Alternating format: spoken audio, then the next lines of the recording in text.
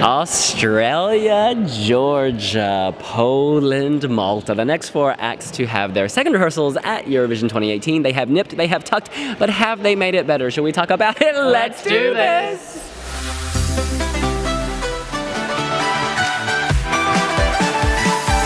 Hello, Australia. I cannot do an Australian accent, so I will not attempt to. But what I will say is that Jessica Mauboy's overall performance was much better.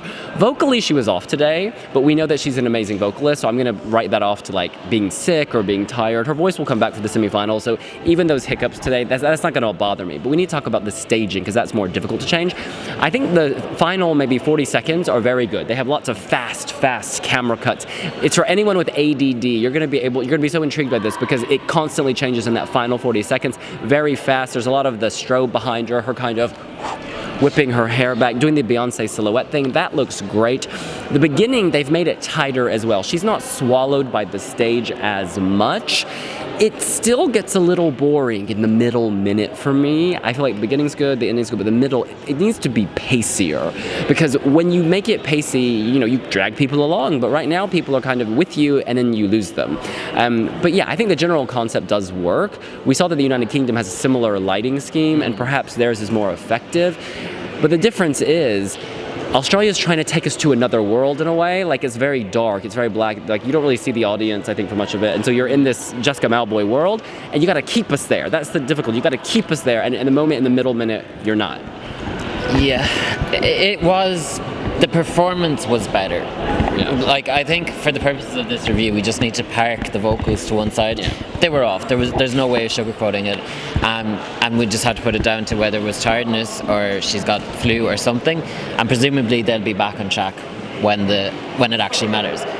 The staging itself, it is slightly better. Like, the staging is the same. It's the camera work that's changed. Yeah. It's more frenetic. There's quicker cuts. It keeps your attention better than the first time round. There's little things like, they can only do so much obviously at this late stage, but like, they really are outshone by the UK. The only benefit being that people won't see the UK until Saturday night, so it doesn't matter to Australia for the purposes of the semi-final. But there's little things like, she has the prongs coming out of light, and you kind of wonder at one point, why didn't they just do the lights the whole way? Because it's black down the middle, and the idea, I suppose, is Jessica is supposed to stand in front of the black, but she isn't always in the right spot, so then you have kind of an ugly looking black streak beside her. But yeah, like, she does her best with what she's been given. She can only do so much with the staging and the choreography, and her choreography is slick and it's high energy, and it would be a very good X Factor performance. Yeah. I'm not sure if it's a very good winning Eurovision performance. I mean, I kind of feel like we can't ignore the vocals in a way, because we criticise so many other people for their vocals. At the end of the day, it just was like every single run-through was off.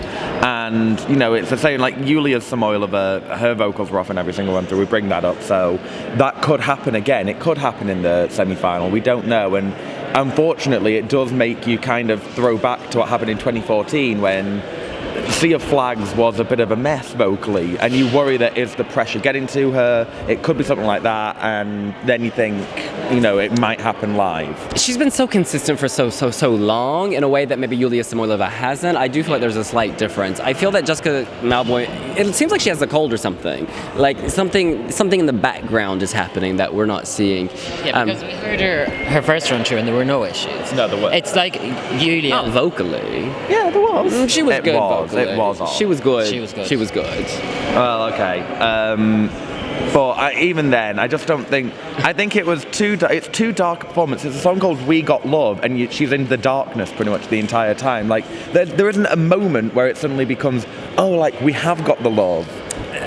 When she nails it vocally, you feel the love. At least I do. The song is much better than the UK song, just to continue that analogy. Well, yeah, definitely. Significantly better. Like, there's a happy vibe to this that keeps me going.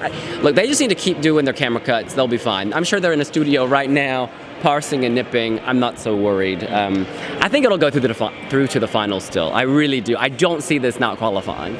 Yeah, especially not from this semi-final. If she was in semi-final 1, I'd be more scared for her. But yeah, there's just a lot of filler, I feel, in this semi-final, and she isn't filler. Yeah, no, she's not. I think she'll make it through, but it depends on the vocals. If she does nail them, and I do have confidence that she will be able to, but there is the possibility that in the jury rehearsal, if she doesn't get them, then that could be a big problem. Because if it is a cold, if it's pressure, we don't know yet. We've not seen the press conference and this and that, so I'm sure we will find out. But there is cause for concern here. All right, we move on to Georgia. They are singing For You. They, of course, are the Ethno-Jazz Band Iriao. It's funny, the more I listen to it, the less I think it's jazzy. I'm like, is this actually jazz? Yeah. And I guess it's definitely ethnic. It's definitely traditional. Their vocal harmonies are amazing. They sound great. They're strong. I mean, if you watch the first rehearsal, it's the same thing. There's not much that's different. This is such a simple performance. They didn't have that much to change. Will it go through? You know, I wouldn't write it off. Actually, I wouldn't write it off because they have great, some of the best harmonies in the competition. Let's just call a spade a spade. And I also like the final minute of the song. It really pulls everything together. There's energy, there's life. The more I listen to it, the less I care for it. It's not a genre that I like, and I would never listen to it outside the contest. I can appreciate their harmonies. I can appreciate the strength of their vocals. But unlike other different genres like Hungary with their metal, this doesn't leap out as a song that can grab fans from outside their genre, outside their existing fan base. It's not dynamic enough. Like, fans of this kind of music will appreciate it. There's nothing to grab new fans, and that's going to be their downfall, I think. Whereas AWS kind of have something that can appeal to new people. Because the song itself, it's kind of forgettable and sleepy, and we were kind of watching it, and you're kind of like, oh, is that it? It's over. Yeah. It passes you by. If they're ever doing like a Eurovision compilation album for Insomniacs, this is song number 1, but it's not number 1 in the semi-final, unfortunately. The vocals are beautiful here, but that's kind of all it has going for it. It's very, very simple staging, and this isn't a song where you should throw bells and whistles at it. It is the case. If you love this, you are going to love this. If you don't love this, I think it will pass everybody else by. You would really, really need to love it for it to become a thing that you would vote for. Yeah. I ain't laughing at what you're saying. I'm laughing at this lady just walking right up in the camera. Sorry. Thank you. I do think it's going to be a struggle for it to qualify, but I can see a path to it qualifying. All right, we move on to Poland, and I think we'll all agree this is definitely qualifying, could even challenge top 10. This is quality. This is really, really quality. It looked fine before. Now their clothes have arrived after they lost their luggage. The only difference in the outfit that I see is Lukas has on a silver necklace, a silver neck piece. So I'm glad that luggage came. Ooh, would have been a crisis otherwise, y'all. No, again, fun, happy. There was a bit more of the DJ, I thought, potentially, in the beginning, and I actually didn't like that. I liked this awkward snake dance later in the bridge. I like him doing it, but at the beginning, I don't know, maybe he was just joking, but he looked really uncomfortable and like too cheesy. I think they had the right amount of him in the previous rehearsal, so I might tone him down just a little. But again, this is going through. It's quality, it's fun, it's memorable. Once you hear it, you keep humming it. Yeah, looking at their stage outfits, you kind of wonder, was there need to have such drama about them getting lost in the airport? Like, you would imagine the way they were going on that it was going to be something completely different.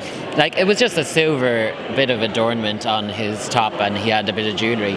And I didn't notice anything else different. The backing dancers appeared to be wearing their final outfits. They were more casual the first day. Or the backing singers, there's no backing dancers. But apart from the outfit, everything was as is. I think perhaps the shots were a bit tighter, it was a bit slicker. Lukas seemed more confident on stage. But yeah, everything else worked. The dance was still lovably awkward. The vocals were good. There's nothing really more to say. Yeah, I think it's definitely going to the top 10, actually. I think it's a better package than Grab the Moment, which is the closest thing we can really compare it to.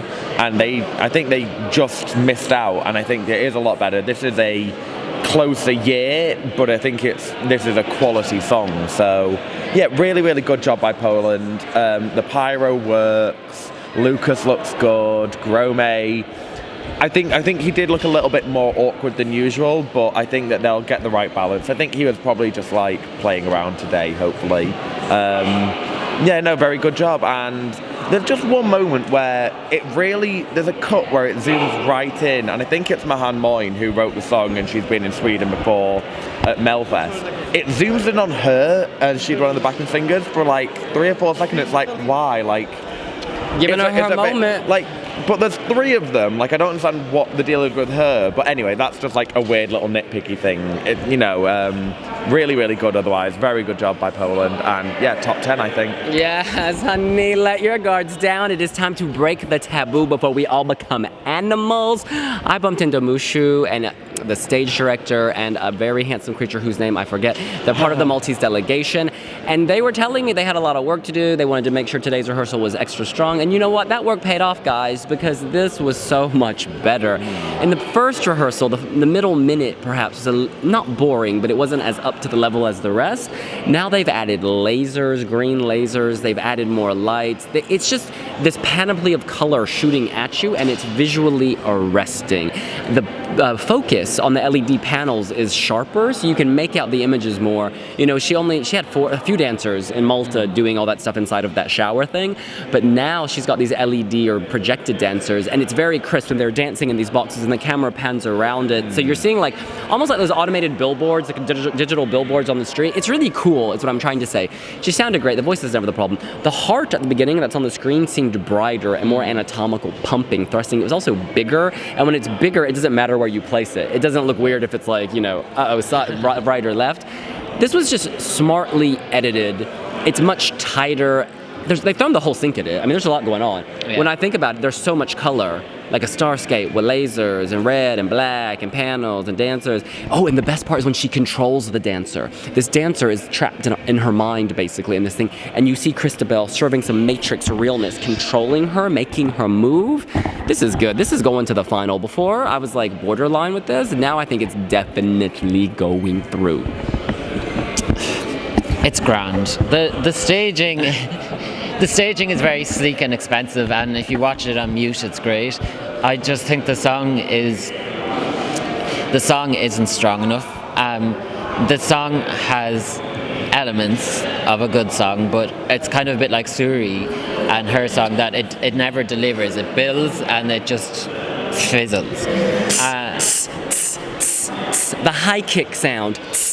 Yeah, but like this isn't a song. It's supposed it wants to be a dance song, but you can't dance to it. You can do your sticks you're not stones, so it won't break my soul. Animals.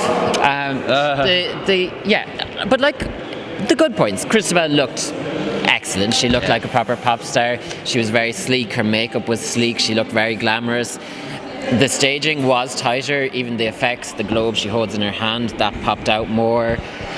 The dancers, because during the first rehearsal we were saying the ballerina looked a bit out of place, but there was none of that today. But yeah, it's not a definite qualifier, because we've said like with Malta that they're definite qualifiers before. Like I thought Breathlessly was a bad song, but it was staged in a nicer way than this. Warrior, everybody was saying was a guaranteed qualifier. It didn't qualify, and nobody's saying this is a guaranteed qualifier. So I can't. Well, you're saying it's guaranteed qualifier. I'm feeling it in my soul, honey. But yeah, like I just wish Christabelle was here with a better package. I mean, I do think that the work they've done on it is a lot better. I can't remember whether the dancer comes in later than she did in the first rehearsal particularly, but that's because the first rehearsal ultimately wasn't very memorable. And this is kind of lingering a little bit better, so that is good for Malta. She sounded better today. I feel like there was a lot more power going on in the vocal. Yeah, it was an improvement. I'm still not convinced that it's going to qualify. This semi-final is so kind of open, but for a different reason than semi-final one, because it's kind of a lower quality, so songs that are generally of a lower quality still have a chance of getting through. It was fine. It was good. She was fine. The dancer worked. The LEDs. Yeah, I think the LEDs. It's weird because it's so rare to see them in this contest that I can't tell whether I really like them or not. there's the moments where you've got like people trapped in it, and that I get the idea behind it, but I kind of feel like if they were going to use it, do something more like what they did in Malta, where they had the words flashing up as well, and there was like break free and all this. That would help sell the message even better, I think. And then have the dancer come in and Christabelle break her out of the taboo and all this.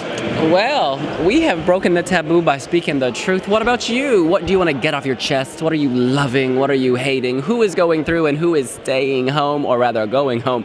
Let us know here on wiwibloggs. Make sure to subscribe and turn on the notifications. And make sure to leave a like. Sticks and stones won't break our soul. We'll see you later. Bye!